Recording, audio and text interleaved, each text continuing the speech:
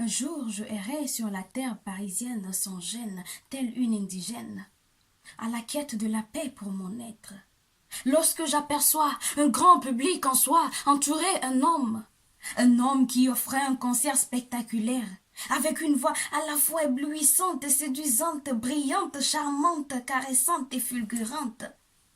Cependant, j'eus dans l'absoluté la curiosité de m'approcher avec vivacité de cette star, car sa voix mielleuse, très à l'aise, m'avait conquise. Cet homme, mesdames et messieurs, à mon grand étonnement, était non-voyant. Alors je me suis mise à cogiter. Je me suis mise à méditer, philosopher, penser. Non, pas sur un sujet vanté ou inventé, borné, coincé, cinglé, usé, constipé ou encore culotté. Je me suis mise à réfléchir par rapport à ce magicien arrêté devant moi et plusieurs autres. Un non-voyant, au bord de la route, avec un microphone qui sifflait en allegro appassionato, tel un rossignol, I wanna love you, de Bob Marley, soyez-en sûrs. En conséquence, je me sens dans l'obligation de partager cette réflexion avec le monde. Oui, ce monde où Madame Difficulté vagabonde et faconde. Cet homme-là devant moi le jour-là est un non-voyant. Mais cet homme réalise ses rêves. Voyons-nous, il voit pas son public, non, il le sent, ma foi, oui.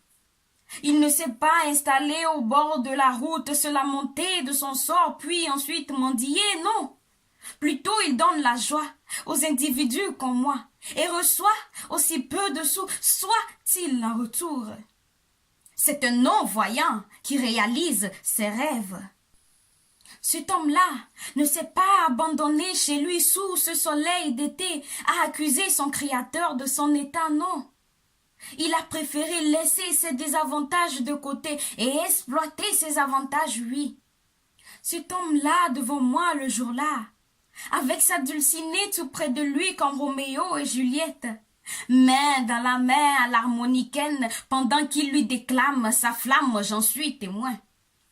Probablement qu'elle lui avait fait passer une nuit, non pas catholique, mais une nuit agitée, gymnastique, aromatique et euphorique.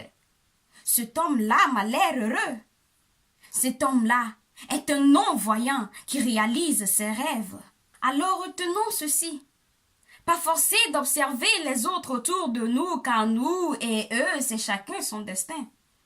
Pas besoin de blâmer les autres pour ce qui nous arrive. Inutile de gâcher des mois à se désoler et espérer un miracle les bras croisés. Non, c'est très osé.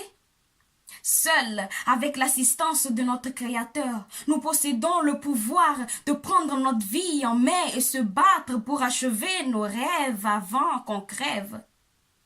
Comprenons comment ça marche dans la vie et achevons nos rêves avant qu'on crève.